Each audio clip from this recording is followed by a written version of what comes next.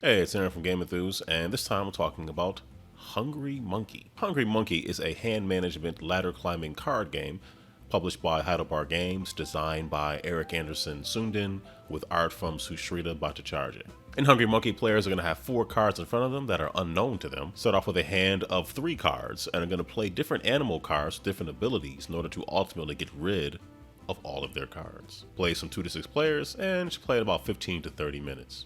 Let me show you how it works. In Hungry Monkey, players are going to be trying to get rid of all their cards. First, cards in their hands, and then eventually cards that are sitting in a row in front of every single player. Whoever gets rid of all their cards first wins the game. A couple ways of playing. You can play where you're just trying to be the first person to get rid of all your cards, meaning, hey, you won, game over. Or you can play for beans, meaning the first person to get rid of their cards gets 2 beans. The second and third player to get rid of their cards get 1 bean, and then you play subsequent rounds, and maybe you go up to 10, where it's 10 beans first wins, things like that. So the gameplay doesn't really change all that much. It's just maybe if you're going for multiple rounds, you're collecting beans for top 3, 1, 2, 3, none for 4, 5, and 6. You're playing with up to 6 players. The game does play 2 to 6. That's the object of the game. You're trying to get rid of your cards by playing a card that is the same or more than the previous card played, which is called the animal pile. Everybody's going to be contributing to a pile of cards that's comprised of these animals. Let's go over them. So coming in number 1 is the tiny ant, which is always valid. Valid means a card is being played that is the same number or higher than the previous card played. For the most part, there's an exception, but for the most part, somebody puts down a 3, you're going to put down a 3, a 4, anything higher than a 3. So the tiny ant means it's always valid. You can always play it, but when you play it, you have to leave the ant and take every other card from the pile.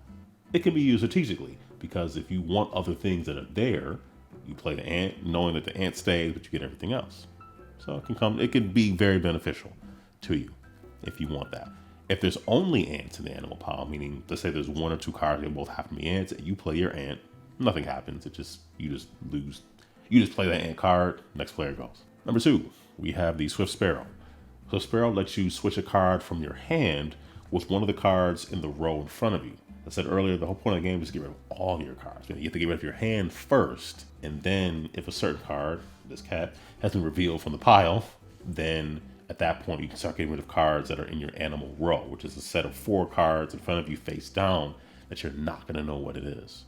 So the Swift Sparrow allows you to switch a card from your hand to your animal row, such that if you pay attention and memorize what you've been doing, at a certain point in the game, you'll know everything that's in the row in front of you. All right, number 3, the Sneaky Snake. It lets you peek at 1 face down card of any player. It could be you, it could be somebody else. So I like the fact that it's any player. I like that. Number 4, I'm not sure what that is. A gazelle, maybe? So number 4 doesn't have any abilities. It's just a 4. Number 5 is a hyena. It looks like a hyena. No powers, no abilities. It's a hyena. Number 6 is a crocodile. No abilities, just a crocodile. Number 7 is a slender mongoose. The mongoose allows you to take an extra turn after your turn is complete, which is very nice. So you take your turn as normal, draw back up to 3 if you don't have 3 cards. I'll get into the steps later. But you take an entirely separate turn right then. So that's pretty slick. The strong buffalo actually changes the rules a bit. The strong buffalo means any card that comes after it, right after it, has to be the same. It has to be an 8 or lower, which is backwards. Normally you're trying to go the same or higher.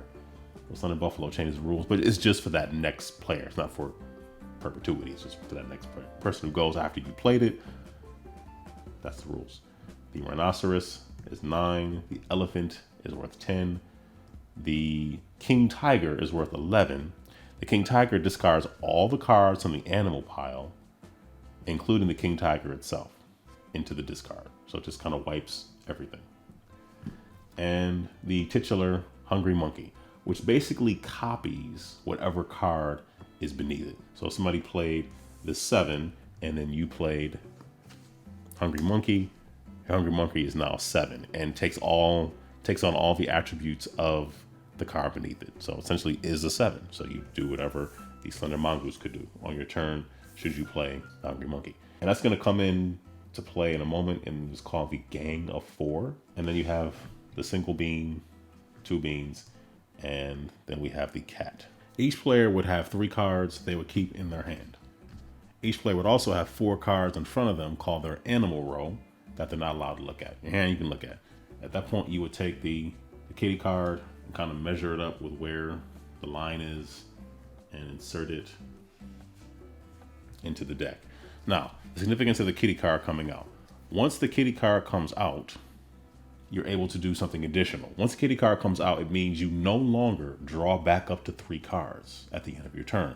It also means if you've managed to remove all the cards from your hand, you can take another action, which is to play a card from your animal row into the animal pile, which will be here. Before the kitty card comes out, which is the majority of the game, you're going to play a card. You can play multiples. You can be multiples of the same card. If you have 3 10s, play all 3. Only the card on top activates its power, assuming it has one. So 10 doesn't have a power. Let's say you played an 11. You have 3 of the King Tiger. You can play all 3 at the same time. You can play 4 at the same time. You can play multiples at the same number. If you happen to have multiples and a Hungry Monkey, you can play the Hungry Monkey as well, as it duplicates the other cards that are either beneath it or above it, should you maybe have put another card on top of the monkey. Monkey essentially is the same card, but the card on top is the one whose power activates. Normally, your turn consists of playing cards, 1 or more of the same, into the animal pile. Take the action if there is one, draw back up to 3, next player goes. That's if cards are valid. If the card you're placing follows the rules about being the same or higher. If the card you place is invalid, you have to take the entire animal pile into your hand.